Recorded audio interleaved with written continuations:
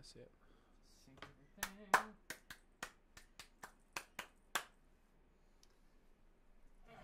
The live event will begin in 10 minutes. Yeah, there might be a 30-second delay on that, or if it's not. It's Not a 10-minute delay. It says it should be starting soon. Receiving your content. Spinning up slowly. Yep, encoder set up. Starting stream health. Okay. Well, I now can't turn it off from being scheduled. So that's incredibly annoying. You should like Oh, looks like everything's loading. Okay, cool. Oh, it's that white pasty boy. It's All my right, it favorite looks white. like we're live then. I would guess. I'm just gonna wait for this to come through. Yeah, it looks perfect. Let me check the sound. Yeah, it's all come We through. don't- Okay, I think we're live. We're doing it. Okay. This is like our first test live stream, so we'll see how It's it a bit goes weird, to yeah. start with. Eventually, we'll get like when we have a second computer here, we'll have the webcam a little bit closer. But for right now, it's the best we can do. To satiate the demand that our Patreons had to see it live. So before we get into the show itself, basically the way it's going to work is we'll do our regular Art for Artists program, and then at the end we're going to do like a post show that you can either see live, or if you're a Patreon, you'll get a link to it afterwards. Yeah. After the fact. So yeah, that's our plan at the moment. My phone's now ringing. Phone call? Yeah. Jesus. Okay. Nothing goes well. So I think we're good. Yeah. I'm kind of in your frame though. That's all right. Dude, you're literally always in my frame. That's fine. You're just just crop it. Yeah. Okay, so in 3, 2... Hey guys, welcome back to the Art for Artists podcast, official podcast of digital and creative media works. Each week we take something from pop culture and try to break it down to better understand it. My name is David. My name is Ben. And this week, it's our first inaugural live episode, so if you're either listening to this on the iTunes feed or seeing it on the YouTubes, you could have seen this live if you had the little bell, whatever the fuck YouTube's doing now. Doesn't inaugural mean like The first of the year? Doesn't inaugural imply No, that would be once the a year? inaugural. Well, inaugural just means first. Just means first. Because annual Okay. is So what the means inaugural annual. It's not the inaugural annual. Well, it could it's be the annual. inaugural weekly. It could be the We could do inaugural this annually. Yeah, we won't. But See you we're next trying year. Yeah, see you next year, bitch. Podcast over. Yeah. So we're kind of in the middle of meeting month. Last week we tackled one of my favorite films, and I think by the end of it, I talked Ben around into sort of at least enjoying Well, what it was trying to do. at least not hating it the same amount that I did before the episode. We have a treat this week because we get to cover something that we both dearly love. Hooray! Because this week we are talking about the meaning of Hotline Miami. I'm gonna move that because you made a noise. Oh. Is this where you start to parent me on my own podcast? Yeah. Well, our own podcast, excuse me. Daddy Ben in the house. Papa Ben. I'm sorry. So, Hotline Miami, which is a top-down shooter, was made by Denaton Games, published by Devolver Digital, came out in 2012. The sequel, Hotline Miami 2, is not available in Australia, so we're not going to be talking about it. Yeah, even though I've played it. You've played it. We've all played it, but... I've watched someone play it. Oh, I've actually played it. I'm just bad at pirating stuff. So Right. I was like, I'm fine, you know. So the developers said that for the second game, they were just like, if you're Australian, if you just can't pirate get it. just pirate it. Which makes sense. I think that makes sense. Because it's not like they got sales anyway. No. I think there was a period of time where it was like, it might have come around and gotten a rating, but... I think it maybe came out and then the ESRB dinged it or something like that. we don't have the ESRB. Or what is it? The Australian Ratings Board. The A... I don't think there's an acronym. AR. It's just the Australian Ratings Board. ARB. It's not the ARB. Okay. So, before we get into the summary and then we dive into some of the meaning, I wanted to read you a quote, which is something we just started doing to kick off the show. I just think it gets our brain juices flowing. Sure. Wish I hadn't said the word brain juices out loud, but it's too fucking late for that. I apologize for saying that one with my human mouth. Okay, so I'll read you a quick quote to get us started. This quote comes from the Philosophy and Video Games blog, and it's from a post which is Violent Instincts and Hotline Miami. And the post just kind of talks at a top level about like what the game is trying to say. Does a decent job, but Right. has a quote that I think really encapsulates like the stuff that we were interested in the first time we talked about this game. So that is, and I quote, "Jacket puts on a mask when he kills, one of many, as if it is the mask that is committing the violence. We see this all the time in real life, mostly to avoid public censure and criminal charges, but there is a psychological element to it as well. Putting on a mask allows a person to draw upon parts of their personality that they feel that other people would disapprove of. He wants to hide himself to avoid censure, but I don't think he feels guilty. The mask is just a way to hide himself from society and be what he wants to be. In one of his surreal dream sequences in which he speaks to the manifestations of his various masks, one comments, "You're not a very good person, are you?" I think this represents the distance the Jacket knows society feels for him, even as it praises him in the newspapers for his war on crime. This is the basic conflict at hand. I think the Jacket first saw a threat when he heard the phone message and got in his car and drove to the subway, but then he saw something else. An opportunity. End of quote. And I like that because it taps into sort of like the basic game is quite simple as far as like what it's trying to do with its message. Right. But I think it gives you the opportunity to like, especially with the masks and stuff, and then the different layers of like actual stories going on and reality and all that kind of stuff. I just like it when someone can pretty like effectively be like, oh well, the mask is a mask, but also just a mask. Like it's not that complicated. Yeah, I guess a lot of mixed feelings about this game coming back to it. Like when you play this game, you sort of get such a idea of like sort of this scale and this scope of the story that it's trying to tell, where it's trying to do all these sort of intricate things and all of these intertwining sort of little nods here and there, and things are really weird, and it's you're trying to sort of piece together like what it all means. But so I played the game a bit earlier in the week, and today and yesterday I sort of did a sort of brief research on I sort of just looked at like story synopses. What was it like going back to it then after all this time? Because that's what I really would love to find out from you. Well, I mean, I find it easier. Yeah. The game itself, it is easier when you go back. Yeah, I think I certainly found it easier. It's like riding a bike. You never really forget how to ride a bike. You never forget how to do. So like, the first few missions you kind of like flounder a bit, but then you just kind of get back into the groove of it. Right. And you sort of re-catch up to how fast it is. Yeah, sure. But as far as like the actual like, I think in terms of like the story, when you're playing it, all of the moments have so much more impact because of just the general theming and sort of the state of mind that you're in when you're actually playing it. That if you just do like if you just read the synopsis of the story or just like watch videos of just like explain Hotline Miami, which I did do because I was like, what do other people think about this story? I've got some responses to a few of those. So like you watch those videos, you're like, man, this game's story sucks. Yeah, like, it's nothing happens, but there's a sense. Yeah, like it's really literally just like the sort of, I guess, quote unquote subplot of the sort of the girl that you end up kind of saving / kidnapping. The kind of quote unquote girlfriend character. Yeah, like when these videos, when they explain it, she's just like, once she just pops up for one sentence every 10 sentences because that's about her sort of presence in the game. She's just there. She's barely there for a few sections when you're all sort of at your apartment. And it's, there's like 5 of them. You see her like 5 times in total, and then she's dead. So you're like, you write that down on paper, and it's like, you see the girlfriend times 5, the girlfriend is now dead. Like, that isn't good writing. No. But it's when you're actually playing the game, and you're actually sort of putting in, like, the inputs blanks, right? And the minutes and the time it takes to finish each mission. It's not just... Jacket walks into a place, kills some people, and leaves, which is like 90% of these videos that I watched were like. Whereas like when you're playing it, it's like, you're so you engaged approach, in what you're doing. You pick your mask, you scout out the area, you fail a few times, die which repeatedly. canonically is, I guess, not what happens. But it feels like, it almost feels like a, like when you play a stealth game, it's like you learn the routes of the guards. Yeah. Whereas, but like that's canonically what happens. Your character sort of like stakes out the area and learns, you as the player and your character as the character both sort of stake out.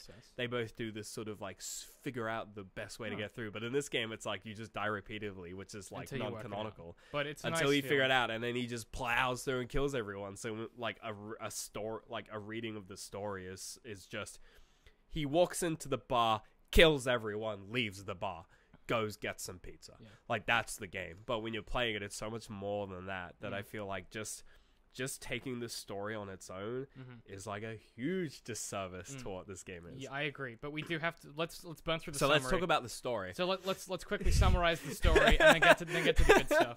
No, I completely agree. Okay, so this is just a quick summary. Set in 1989 Miami, the game follows the unnamed silent protagonist, Jacket. Known as Jacket, yeah. Known as Jacket by the community.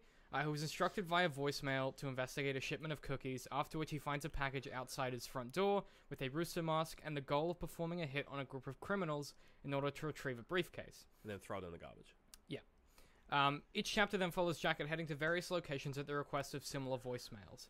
As Jacket, you butcher entire mob gangs and groups of criminals, all the while intercut with visions of 3 masked figures. Richard in a rooster mask, Rasmus in an owl mask, and the nicer Don Juan, ironically wearing a horse mask. In between missions, Jacket visits various locations where his friend Beard offers encouragement and free samples and food. Some of these names the community's made up. He's not actually called Beard. Yeah. Jacket then saves a woman at a movie producer's estate, kills a lone biker, and reality slowly unravels as the game progresses. You start to see visions of other masked killers who have died during certain missions, and Beard even abruptly gets killed off-screen, replaced by Richter, a terse man who offers very little help. After returning home one day, Jacket finds his girlfriend killed by a figure in a rat mask.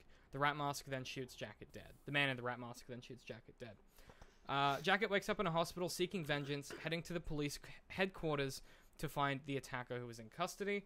As it turns out, Richter is the attacker. He's also been leaving cryptic voicemails from the same mob source, instructed to clean up after Jacket's massacres. So Richter is the one like cleaning up your bloody messes you're leaving. Yeah. Jacket then heads to the mob headquarters and kills everybody there, thus avenging his dead girlfriend. The game ends here, but there is an epilogue where you play as the biker, a boss that you kill earlier in the game. Biker is disillusioned with following the mob's instructions and decides to track down the source of the mysterious voicemails. He raids the phone company, tracing the source of the calls to a nightclub. After doing every murder, you discover it's 2 janitors who have been making the voicemails in the basement. If throughout the rest of the game you've uncovered enough secrets, you can crack a computer in the basement to discover that the janitors worked for 50 Blessings, a perceivably peaceful business that is secretly dismantling an alliance between America and the Soviet Union. Roll credits. Yeah, so there's also the biker that you play as in the epilogue is the same biker that Jacket kills about halfway through the game. And as biker, you do halfway through his kind of epilogue, or fairly early on, it is the same biker. You actually do meet Jacket. Yes, that's what I mean by earlier boss. You fucking destroy him. You murder the crap out of him with a golf club. Like, right? it's... no, so Jacket kills biker with a golf club. It's a really hard boss fight, and like... What were you describing? Or so Jacket kills... Yeah, you had it the wrong way. So Jacket kills biker, and it's like a really hard boss fight. It's and then brutal. as biker, when you meet Jacket, you just kick him in the face, and he just fucking dies immediately. Yes. So there's sort of like this idea of like... Either of them are sort of unreliable narrators. Cool.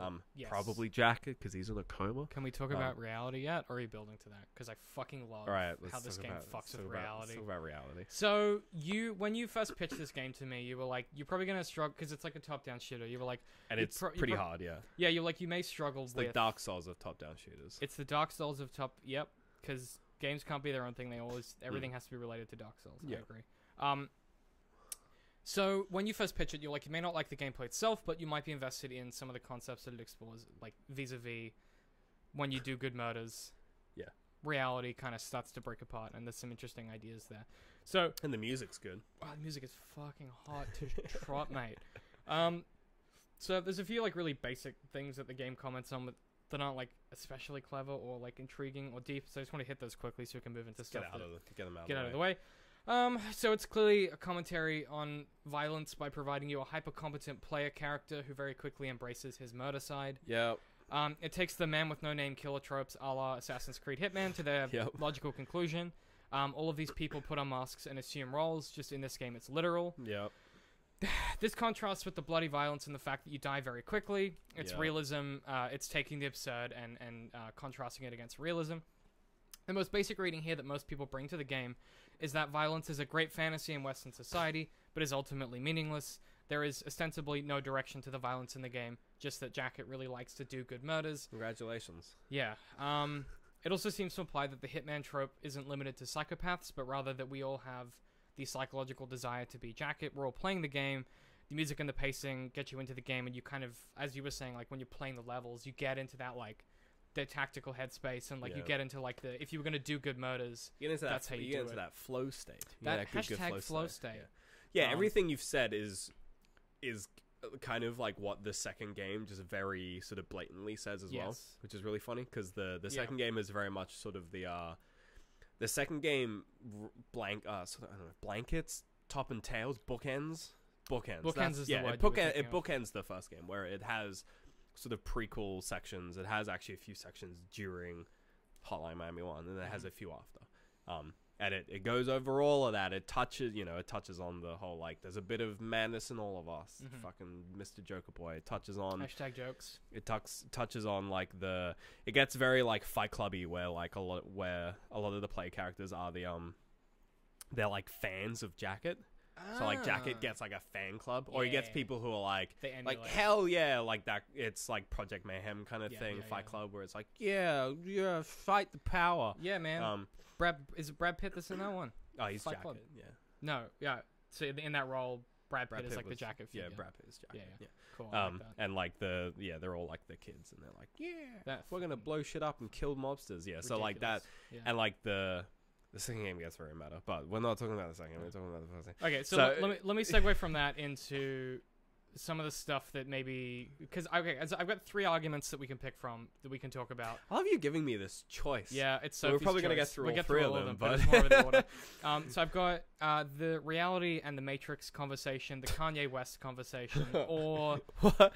essentialism and action heroes.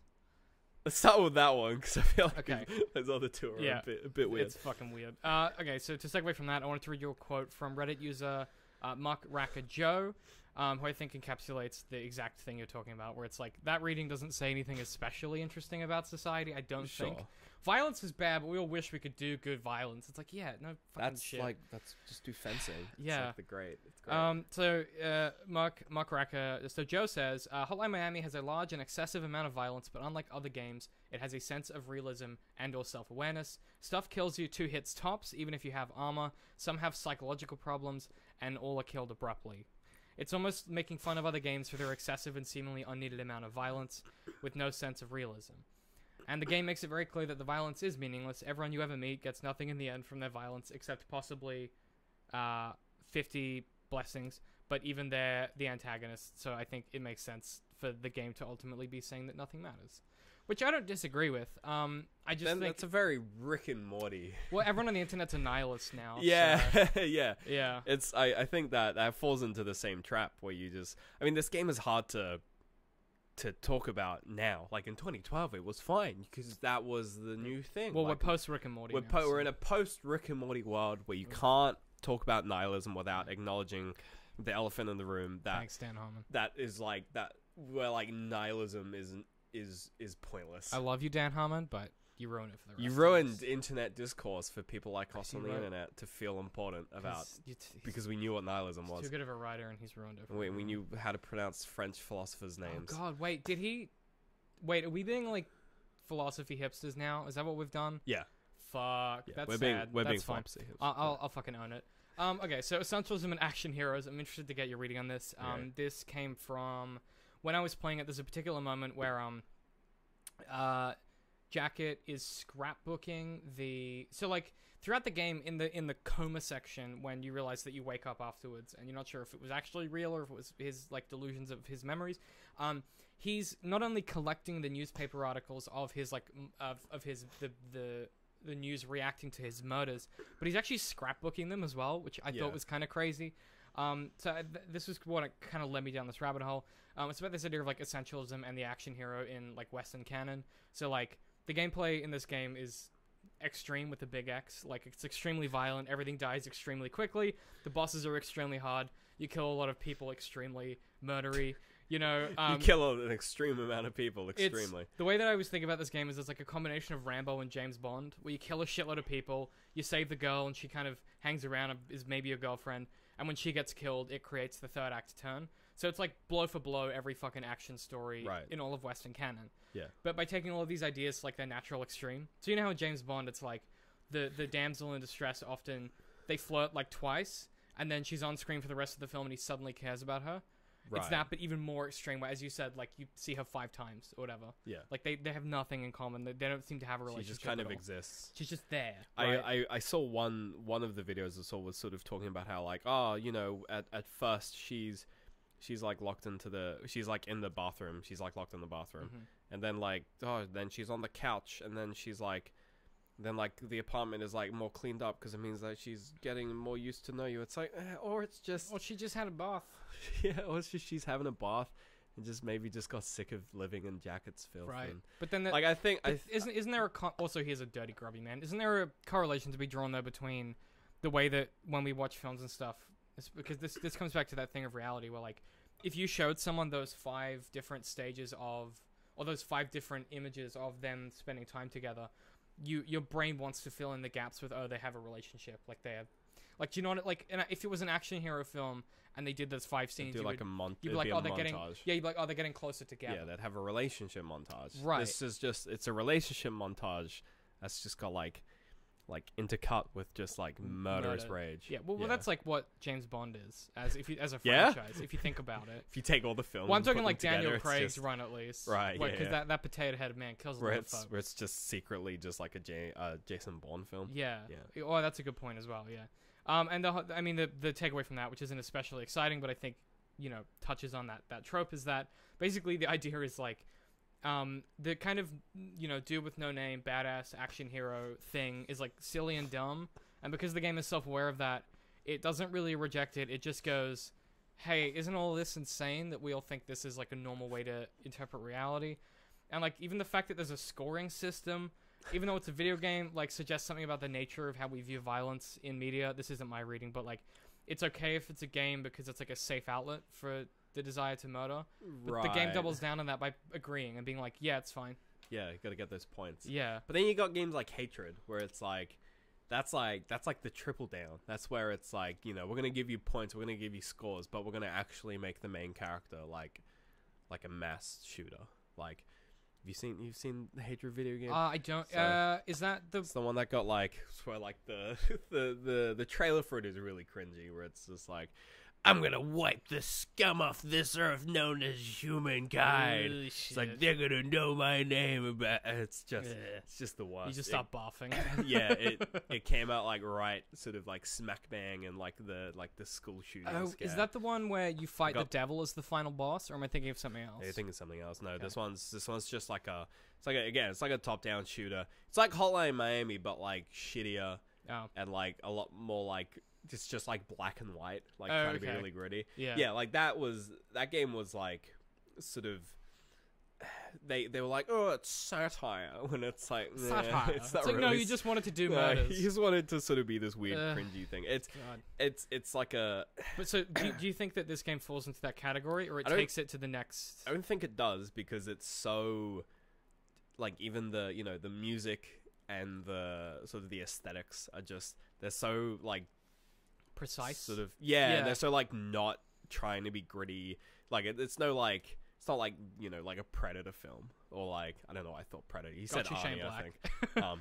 You said Rambo, and I thought Arnie. Yeah, it's not like, it's not like that sort of like gritty, dark, moody. It's like, it's quite bright and vibrant.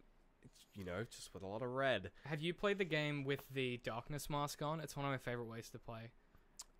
It's where it makes everything like, instead of, it takes all the color away, it makes everything like pulsing red and black, as if everything's in like a power out. It's one of the greatest ways to play the game, because I don't think I have. You have to. Is it like a super late unlockable? It's not that late, but it makes the game much harder. I must not have used it, because I think when I played that game, I just used like 1 or 2 masks that I really like. The reason I brought that up is when I put that mask on, and it changes the way that the aesthetic works. The music and the violence then also change. Right. So instead of in the game where it's this hyper colorful, like you punch a dude into a wall and then you punch his face in and there's blood everywhere. It's kind of just like a bit more. In the darkness one, it's all pulsing red and black. So when you beat someone into a wall and you gut them with a knife, the blood is like black and red, and you can't really see what's like who's a person, who's a body, where the blood is, where the violence is, and it gives it this kind of like the scenes in Kill Bill where it's like oh right, the whole game feels like that. And it has this, it's really weird, like I get way into it. Right. Like I play that with like headphones on at like full volume, just like I get real into it. And there's something to that of like, I think there's a precision to the way that they made the game that makes it feel not like a clumsy metaphor or like an allegory for anything. It just is what it is. Yeah, like there's no real sort of like allegory that you can take from this game, which is good because allegory is the worst. Yeah, we talked about that before. Yeah. We spoke. Laura and I talked about that on our Tolkien podcast. Because Tolkien talks about it a lot. Yeah, he's obsessed with it. So speaking of allegory, do you want to hear a dumb one that someone proposed? Absolutely. I feel like this whole we should do a show where we just West! we should do a show where we just get bad bad metaphors, bad readings and stuff. and just have a giggle. Okay, so this one is the Kanye West argument. The Kanye West theory, the fucking Yeezy theory. Okay. Yeezy Christ. Sorry, I gotta limber up. Okay. The basic comparison is that Hotline Miami is a postmodern criticism of video games. Sorry, you can't just say postmodern. you can't just say postmodern. Okay, so postmodern. I know what postmodern is. Yep. But postmodern, that's not a thing. So postmodern. Okay, so postmodern is the idea of like so modern culture says XYZ about the world. So And postmodern sort of ironically says XYZ, but it's ironic with a capital I. So yeah, No, but yeah. yeah. So yes. So modern is like Sex and the City says X about culture. Right. Postmodern is we made a sitcom that makes fun of, in an ironic way, the tropes put forward by Sex and the City. Postmodern is something that is ironically making fun of the irony of the thing that was making fun of the original product. In so doing, agreeing with and remythologizing the tropes of the original product. So is postmodern people who are like, Rick and Morty is actually a very deep and thoughtful show? No, that would be postmodern because the show is already... Oh, no, yeah. No, because... Postmodern is like, no, Rick and Morty is dumb and stupid. No, because current, current society, we live in a society, David, where talking about Rick and Morty again. where philosophical debate is like the norm. Yes. Because you have Twitter. Oh, no, you're right. So the show, what you're saying is, when people watch the show, they go, oh, the show's really deep. Yeah, the show's really deep because it's postmodern. Really but the show's really postmodern because all it's saying is it's just be modern. a Jerry. Oh, it's the just show modern. is just modern. I'm gonna do my head in. Look, let me get through this because it's really dumb. But the basic idea is like you go so far back on a trope that that it just wraps around. It becomes it becomes about the thing It's just it says nothing. Just negative. It's just so in this case. It like in Hotline Miami, it says like the violence is it just says violence is violence. Like it also like the postmodern reading is violence is just violence. It has no deeper meaning. So the connection they've drawn to Kanye West is that Kanye West is so postmodern, it makes my brain hurt. He's so postmodern because he's either a lunatic, which he might be, I don't know, or he's super postmodern. So the argument that this YouTuber made, whose name I don't have in front of me because I didn't want to like fucking call him out on this show. Sure, but if you Google Kanye West and Hotline Miami, he'll come up. So in the song, this is just an example that I had off the top of my head because I was listening to Kanye in research for this. So in Kanye's song, I Thought About Killing You, he tells the story in like a kind of ironic way about like he loves himself so much, and the other day he was thinking about killing you. In this case, it would be his partner. But he doesn't really say who. And then he goes on to then like critique his opinion about that stuff where he's like, but if I was being honest and I was trying to like gain support, I'd say that, you know, these 5 things is what led me to think about killing you. But the truth is I just love myself more than you. And I think about killing myself all the time. And it's just like, it's all these layers, but ultimately the layers wrap around to just be like, yeah, Kanye West just really likes himself. Right. But like the song makes it try and seem really like these different layers and shit. And when you get to the end of it, you're like, oh, Kanye just likes himself and likes thought experiment. Like it's not this deep kind of crazy thing. And that was the connection he drew between this game and Kanye West, which I don't disagree with, but I just think like, I mean, if you like, you that's true of everything. You do that with a lot of things. Yeah, that you do like any reading. That like it's not. That's kind of silly. Mm-hmm. I mean, sure, from a perspective of, that idea that if you push hard enough, you'll wrap around, you'll appear on the other side. You know, it's Poe's law, or it's it's in horseshoe politics. Yeah, we talk about that. Yeah, so I like. I can kind of get behind that, but I don't like why Kanye. There's plenty of other artists. I just think because he's big and it gets you clicks. I don't know. Okay, can we get into the meat of this? Because I fucking want to talk about Boat with the few minutes that we have remaining. I'll make it work. I want to talk about the reality and the Matrix problem of this game because reality is a big part of. As in, like the Matrix with a capital T and capital N. It's related 2001. to that. Yeah, it's related to that. Warner Brothers. Sorry. Warner Brothers. Warner Brothers. The Matrix featuring Keanu Reeves and. I've forgotten all the other actors. Help me out. You're on Lawrence your own. I Fishburne. was gonna say Lawrence Fishburne. The guy who plays Red Skull. Oh yeah, Mr. Smith. He's in that one. Yeah. He also okay. plays an elf in the Lord of the Oh Rings. yeah, he's Elrond. Yeah. So as we kind of touched on before, there's an idea in the game about like kind of reality breaking down. So there's a half of the game that happens when you're in the coma, theoretically, or it's real and he's misremembering it. Yeah. And then the other half of the game is theoretically in reality, but stuff happens in that seems unlikely as well. Yeah. But it seems less unlikely because it's kind of, if it's an unreliable narration in the first half, like the second half feels more realistic because he paints himself as being vulnerable.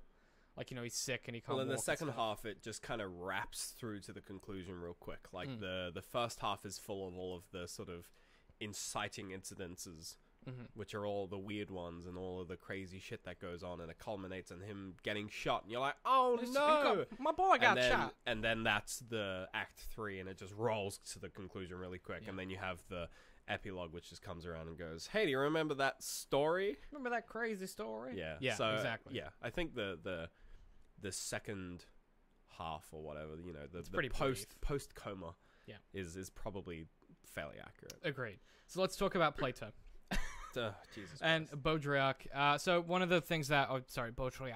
I can never fucking pronounce his name properly. He's French. But he wrote it's Simulacre and Simulacron, which is what the Matrix is based off. Long story short, basically the idea is like, how do you know what is reality? And that's something this game seems to be really intrigued by in its own way, because you got the unreliable narration, or, you know, is it a simulation by his coma, that kind of stuff. Yeah. So do you know about Plato's cave allegory? Yes. Okay. For those of you I who... did watch a YouTube video once. Okay. About Plato's For cave. those of you who want like a quick summary, basically Plato asks you to imagine a cave where people have been imprisoned from birth. The prisoners from birth are chained by the neck and legs in such a way that they can only look straight ahead at the wall in front of them, not around at each other or at the cave or anything. So they're born and they can only look forward. Behind the prisoner is a wall, and on the far side of the wall is a fire. People hold objects above the fire, behind the wall, walking back and forth, effectively creating like shadow puppets where the prisoners are looking. And the sounds that people communicate with as they go through and do this, the prisoners are assigned to being like from the shadows. Plato then says, suppose one of the prisoners is freed. They would look around and discover the fire, first of all, and the light would like burn their eyes and it would hurt. And if you then told them what they're now seeing is real, they would struggle to kind of adjust to this. There's even this suggestion that some people would return to the shadow puppets out of fear. Yeah. Then suppose you drag this free prisoner out of the cave and into the real world. Ha! After a long adjustment period, the free prisoner would eventually realize they now live in the real reality with the sun and everything, and they go outside. Do they? Ba-ba-ba. Yes, but also no. I finished your bit for you. Yes, but also no. No, don't say that. It's just yes. Over time, the free prisoner would pity those remaining in the cave and desire to free them as well. So then suppose the prisoner goes back into the cave to free the others.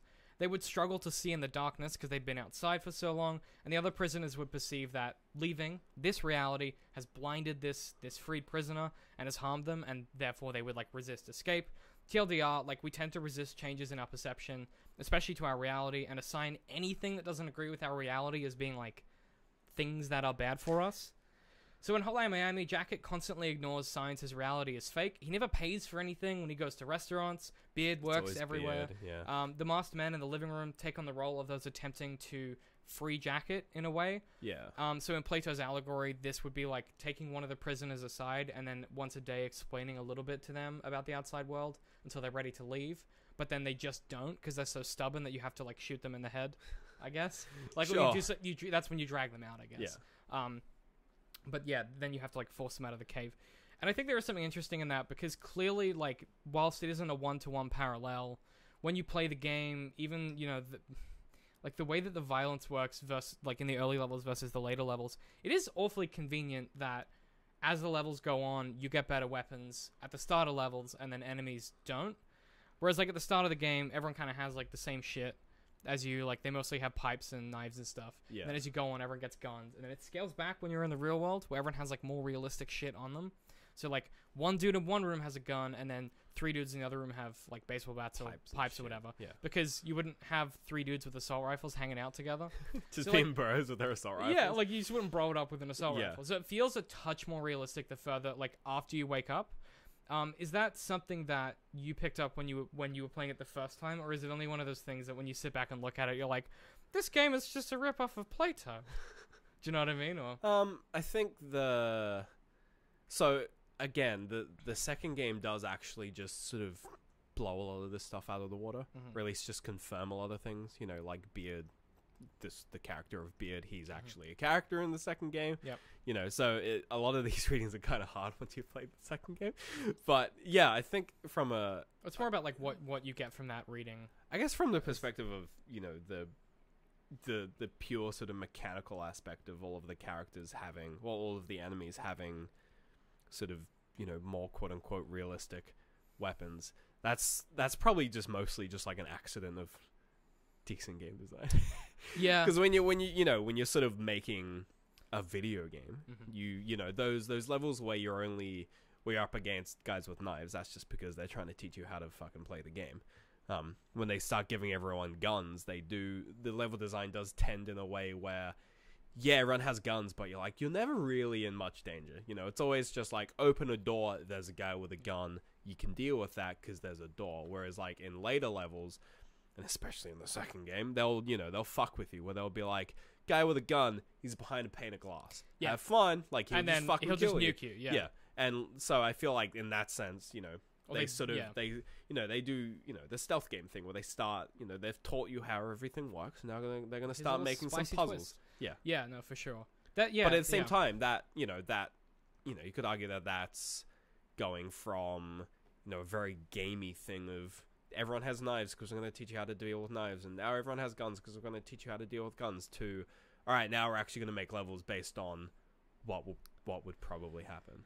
Yeah, I struggle with that in games as well, because it, like, as we both know, like, because we've worked and we know game designers and we've made games, like, a lot of that stuff is nice when it's a happy accident that a reading aligns with the way that a game is designed in a like, not in a way that the designers didn't intend, but like you can still read it, like you go, oh, this is supporting evidence for that argument. Yeah. But it doesn't make it true that the game designers went, oh, we stacked the game in this way for these reasons. Yeah. But it is interesting that the more you play this game, the more like observer bias you get with trying to connect those dots of like the reality shifting as you get further in, and you see that through like the actual game itself. Yeah.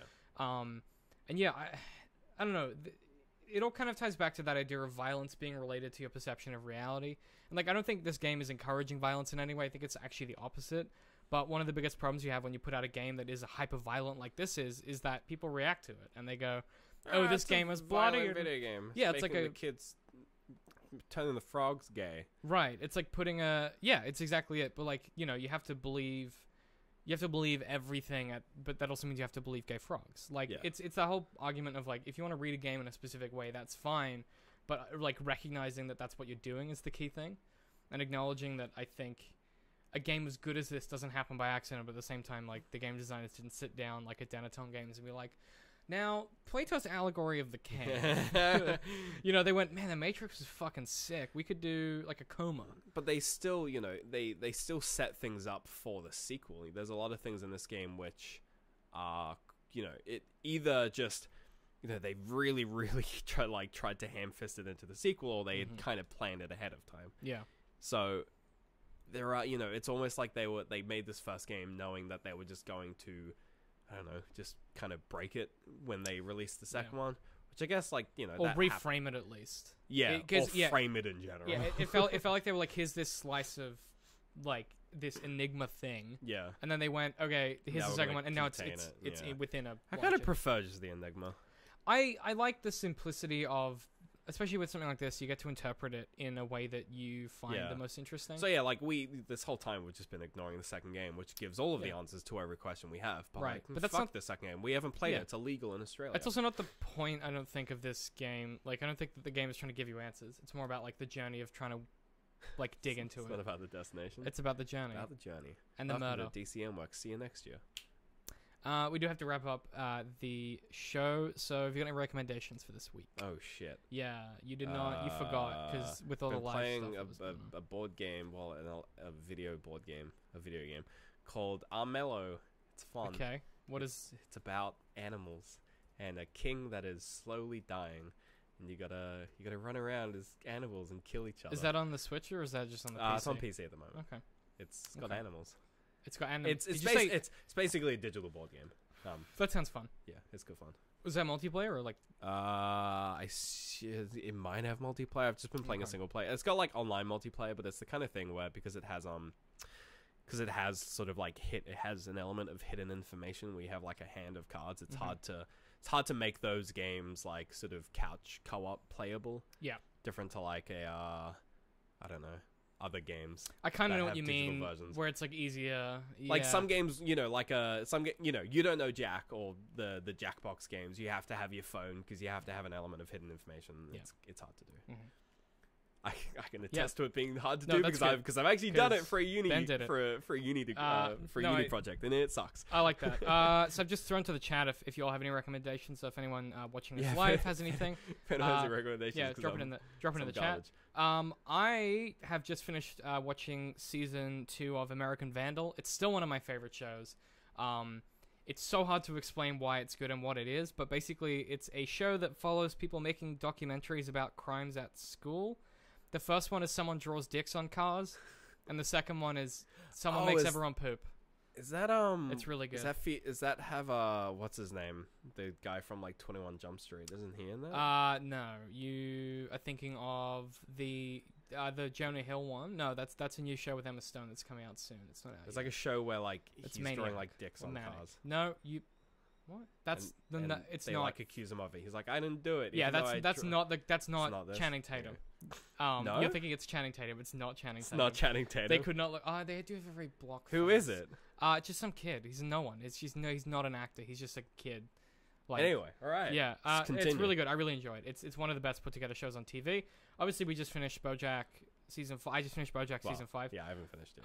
If you're staying for the post show, if you're a patron or you're seeing this live, we'll talk a bit about our initial impressions without spoiling anything about that. But I really recommend that. That's gonna be really hard. And then I also, I've started because Adam suggested I start watching Ozark season 2, which I'm finally getting to, and it's really good and I'm really enjoying it. So, yeah, that's pretty much it. But if people wanted to support us, where could they find us? Facebook. At DCMWorks Social. Patreon. What am I doing? YouTube. Patreon's the last one. Patreon's the last one. I was in like auto mode. You were. So was I apparently. Just the wrong order. YouTube.com/DCMWorks. If you're watching this, if you wanted to see the show live and get the exclusive bonus show, you could go to our YouTube channel, subscribe, and hit have to reorder. Do the bell thing. I order them in order of importance. I think it needs to go YouTube and Patreon now. Yeah. Twitter. At DCM_works. YouTube. we did that one. Also, Patreon. Patreon.com/DCMworks. We got Yoop Kumans in the chat right now. Woo. Thanks for coming out and saying hi, Yoop. Yoop also says for his recommendations, he says the Shadow of the Tomb Raider, which is the new game that's out. Apparently it's really good. Everyone's been saying it's a real like nice cap to that trilogy, and then hopefully whatever they do next can be great. Everyone I've talked to has said it's fantastic, so I'm excited to see where that one goes. I'm putting in Adams for him, which is Ozark, because he told me to watch it. Suck it, Adley. I win this round. Yeah, so if you wanted to contribute live, you can go to youtube.com/DCMworks, where we're going to try and live stream this roughly this time every week, but it will fluctuate. If you want to contribute live? Yeah, like into the chat, add recommendations. Oh, not like throw money at us in real time. No. Because I thought we were still talking about Patreon. No. I haven't got to Patreon yet. I was going to say... Yeah, we have. Patreon.com. I meant like the... God, see, this is what happens. See you next week, everybody. You ruined my plugs. Maynard.trig.com. Buy David's book. Jesus. Do go do that, though. That would be good. No, I was just going to say, or if you want to see the post show, but you can't be here live, if you're a Patreon, you can get access to that every week. So you can go do that if you want. Help support us. And do the stuff you guys normally do, the reviews and likes and comments and all that good stuff. Otherwise, if you wanted to follow us individually, I'm at DCMIHatePie. I'm at Little Citrus. And we will see you guys next week. Oh, right now on the live show. Hey! Well, I'm going to go pause. You need to go to the bathroom? Because it seems I'm good. I usually do. I'm actually good. Okay, I'll bring up the topics in a second. I got to go stop the recording.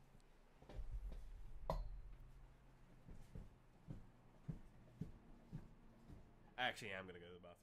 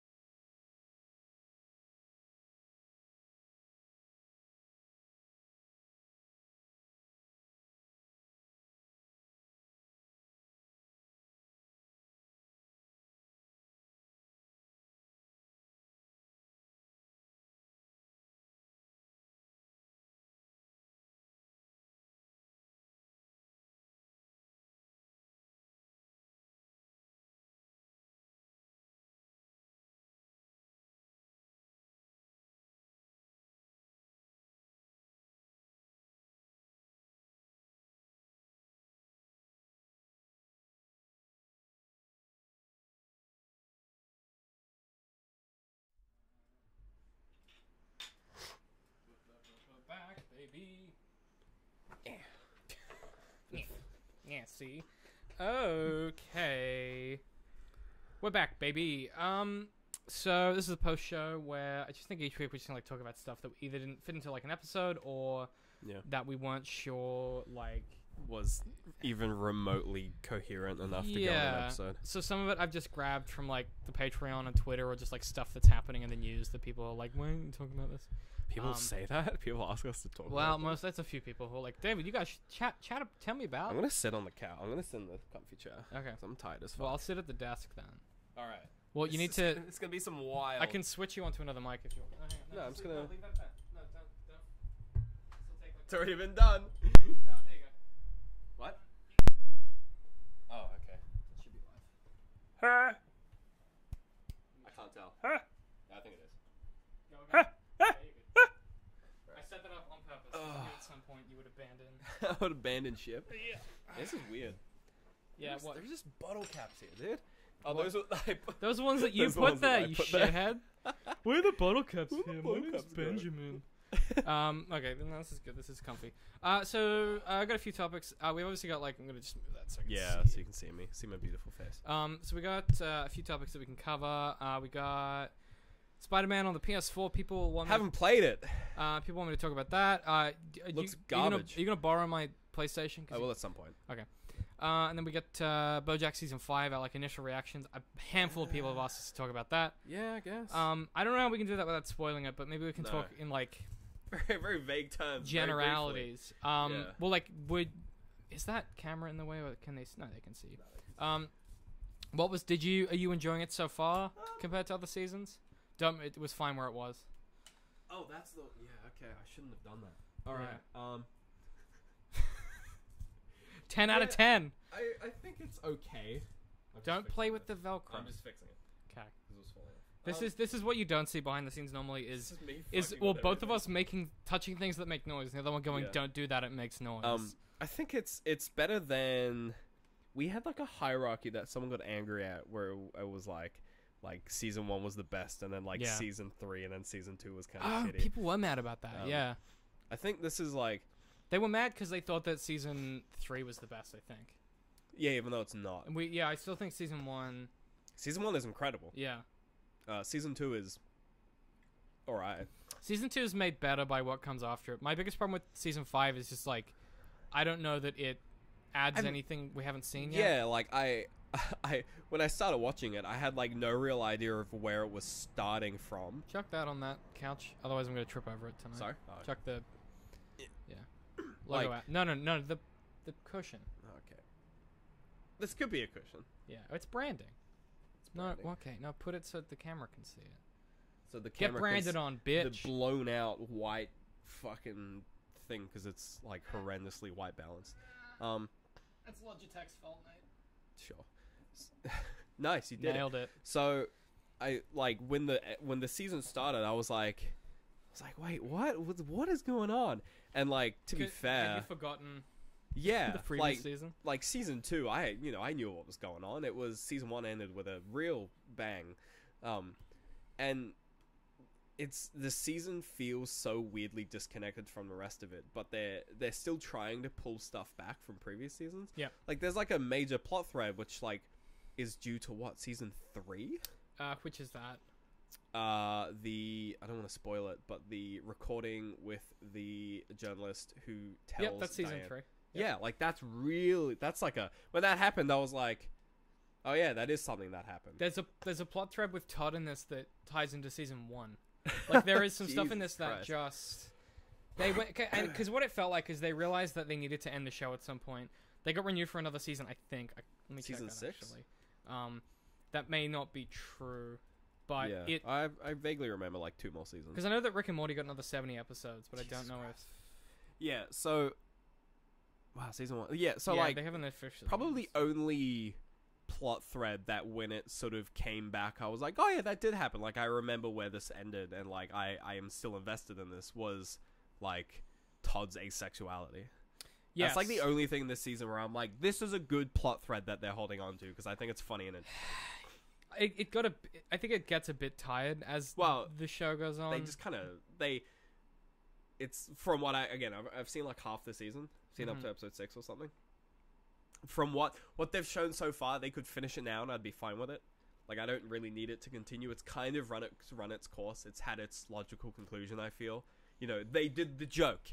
He's in awkward situations that someone who is asexual Gets could into. it's they run it to such a, because when you try to explain to people like how asexuality works, people are like, but how can you not enjoy sex? Right. It's like, well, that's the thing. Whereas his plot with his girlfriend, that's such an extreme example, because that's really the only way for you to understand. Yeah, how they have to works. take it to 11 because they have to dial it to 11, because as an audience, if you're like not asexual, you wouldn't really understand all of the smaller things, I just totally like the agree, small yeah. niggles that happen where it's just like, asexual actually. There's a Where it's like, they were just like, fuck it, we'll just dial it to 11, and then maybe people understand. You're like, yeah, it make when you put it that way. And that's easy with Todd too, because he's already so ridiculous that it's not like, at no point does he do something and you go, oh, Todd would never do that, because he's already the guy that. Yeah, he's already the guy that responds really weirdly in every situation. So it's just a continuation of his character in inherently sexual situations. There is. I've just looked it up. They haven't confirmed a season 6. I don't know that they should. I think they should call it. I think sometimes like a show, like they could do maybe 4 episodes. You're implying that it ends a certain way? No, it's not that it ends in like I'm not spoiling anything. Not spoiling anything, but just like it. I think that they should do something tight to wrap it up. I think like a 4 episode, 4 episodes are an hour long each, could be a good way to wrap up the show. Do a movie. Yeah, I don't know that Don't do a movie would work for the pacing. Like, yeah, they've kind of nailed the format that they're really good at, which is like the 40 to 50 minute like drama kind of. Oh, no, they're 20 minutes rather. I was thinking of Ozark. The 20-minute packages. They've nailed the 22-minute length thing that they do really well. But I think that what they need to make this show work in a finale would be to like draw out some of the themes they've spent 5 seasons creating, and just go, here, it's done. Like, I feel like this season, it's just like something goes wrong, this person regresses. Something goes wrong, this other person regresses. And it's just like, oh, we've seen all of this before. Yeah. And not that that's a bad thing, because like, yeah, I get that people go back on vices and stuff like that. But yeah, I just was waiting for something new this season. And you see it sometimes, but yeah, I was frustrated that the other seasons have always had something new to contribute. Like, season 3 is BoJack going back to his past with the woman and her daughter, and that whole thing.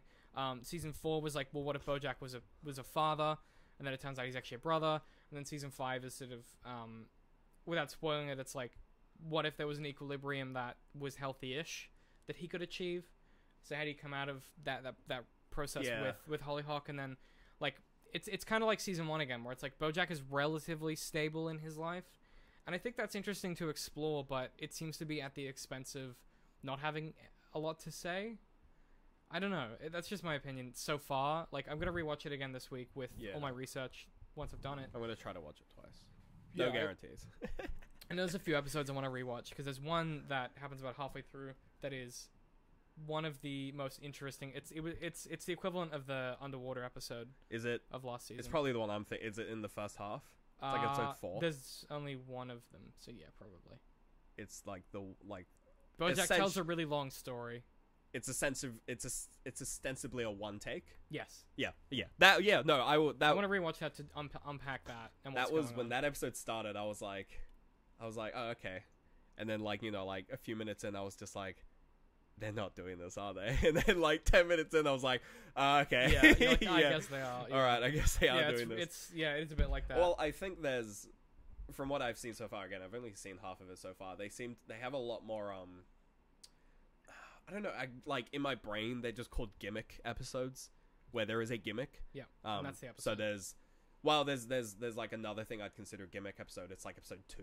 It's the, it's basically a BuzzFeed listicle. Oh yeah. Yeah, like I would consider that. Well, it's like it's a framing device. Yeah. That's like outside of the usual show structure. Yeah, and there's another one which is the where it's I don't know if this is a spoiler, but Bobo the zebra. That's another one. That right? one I was really interested in as an idea. Yeah, so like I've only seen half of it, and they've already pulled like 3 what I would consider quite unique sort of gimmick episodes. They do that because the second half is very much more Standard. emotionally loaded. Right. Yeah. And that compared to the previous seasons, I told you this previously. I think that like per episode they're doing a lot more, but I don't know whether it works for the whole season. I think it comes at the. I was saying to you, you think it comes at the expense of the season. Yeah. I don't know. Maybe on a rewatch I'll feel differently, but it very much was. The other seasons I've come away and gone, okay, wow. It's in the same way that when I rewatched season 3 of Rick and Morty, that last episode, the Rick, Jury, and Morty date, where Rick and the president have like a dick swinging contest. It's like fun and whatever, but it comes at the expense of the season having an arc that could have been way more emotional, but they pulled back from it to do something with, the animation and the style and stuff. So I didn't dislike it. I just think there was an opportunity there to maybe do more with it. Yeah, we'll do our full episode next week once we've kind of sat down and processed through it, and I've gone and had a look at some of the theory that I'm interested in. But yeah, I'm enjoying it so far, but I'm hoping that there is room for it to kind of grow laterally the more I watch it, and the more I'm kind of invested in it. Hopefully, like, I'll get more from it, but I'm not sure. Yeah, as far as like the Spider-Man PS4 stuff, I just put up a video where like I rant for like 17 minutes about it. I don't dislike the game, but it has an element of being derivative in a way that is not necessarily a bad thing. Yeah, I've only seen other people play it, and I wouldn't exactly say that they were the kind of people that I enjoy watching play video games in the first place. Yeah. So my impression of it so far isn't amazing. I didn't. But again, I'm sure it's the kind of game where if I played it myself, I would just sort of play it a different way. You get again. I want the person who was playing it when I was watching. You just feel like I'm annoyed by how they're doing it. Yeah. I was just like, the way you're playing is annoying me. There's a flow. The game very much engenders flow state, whether it's like the web swinging or the combat. But it does something interesting. I wonder if like watching someone do something in flow state is like inherently annoying. I'm curious about that. It's not now. because there's that Nick Robinson video where the guy plays Tetris, and it's like watching magic happen. But that's also Nick Robinson editing. That's not You mean live? I mean, like watching someone live. Yeah, like watching someone do a thing, because you can contextualize that Tetris player and what he's experiencing, which Nick does, and you can kind of take on some of that feeling on yourself. Well, no, actually, no, I take it all back. I think that watching someone, because like, why else would like watching sports or like watching fighting games be so engaging? Like you watch like like the Melee Grand Finals of whatever tournament is on, and you see them get in that state, and they are doing nutty shit. Yeah. And okay, maybe it's just the person annoys me. Maybe it's just the person. I think that it doesn't gel well with someone trying to also entertain with their personality, I think is the thing.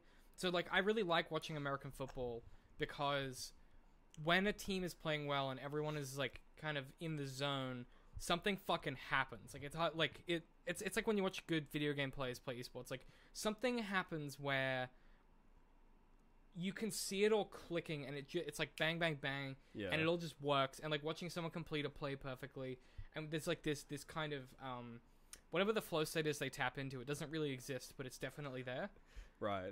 And it's the same thing with like, I think maybe the problem is watching someone do that while also trying to be entertaining is basically impossible. Right. So like, think back to like when we played Dark Souls 3, when I was in flow with that game, you were the one doing the entertaining because I was so quote unquote entertaining. Entertaining. But you know what I mean. Yeah. So I don't disagree, but I think there is an element of like, it really depends on the thing itself as well, I think. And the person, yeah. Maybe I think the person. I just don't like this person. So that's fine. Yeah. So those were kind of the two topics that we kind of. Let me check the Patreon quickly because I did. It's very short, isn't it? What's very short? Yeah. The Spider-Man game. The Spider-Man game. I 100%ed it, and that took me like 20 hours. I know it's quite small, like the map. The story isn't very good, and that's everyone else's favorite part of it. The narrative is fine, but it does. If you watch my rant, I don't even, like want to repeat myself, but like it reduces villains and heroes into either being good dudes or bad dudes. Whereas one of my favorite things about the Arkham series, which it emulates in a lot of ways, was like that Batman animated kind of lesson of like no one is good or bad. People are products of the systems they're in and the decisions they make as a result of the systems. And the game is like, if you're a villain, literally the game is like, if you're a villain, it's because you have a medical condition. That is the game's like justification for how you become a villain. Literally every villain in the game has a medical condition. Yeah, it's not very good. And I went, ooh, I get where they're coming from because Spider-Man's villain's like complicated to deal with, but boy, like on a scale that is super weird. And and I guess Marvel will like take no risks. Don't say anything about the system because we're owned by Disney. We are very much part of the system. Yeah. Just if you're a bad guy, it's because of your own fault, and no one can change. So that was my biggest problem with it. But I covered that in my like 20-minute rant. So yeah, we're gonna wrap up the post show though. If you guys have questions that you want us or things you want us to talk about next week in the post show, you can either leave them in the comments. Step 1: be here at the post show. We have to be here in the post show or be a Patreon. Right. You can leave that. You can either leave that stuff in the comments of the Patreon post, or just like tweet us at DCM_works and just like, yeah, let us know stuff you'd like to see us talk about, whether it's like current, culture news related to what we do, or stuff that we've talked about. I know someone desperately wants us to talk about Darkest Dungeon again. Oh Jesus Christ! Because we can't get away from that game. Done that so much. Darkest Dungeon and Rick and Morty just will not leave us alone. Yeah. But yeah, we're gonna go. So thanks for hanging in and checking out our inaugural stream. Thanks, everyone. Hopefully next week the camera will be a lot closer and you'll be able to see our beautiful faces. Which you can do if you watch the actual video when it goes up, because that'll be with our proper cameras and stuff for the Arthritis show. But yeah, hopefully you guys enjoyed the post show. Do you have any parting comments? We currently have an epidemic of needles appearing in strawberries, so just bear with us. It's fucking weird. We gotta chop up our strawberries to ensure that there are no needles inside of them. That's all I have to say. $100,000 for any information regarding the needles. If you have any information, by the way, we're taking needles out of the store, so you can't buy needles in the store and then just put them in strawberries.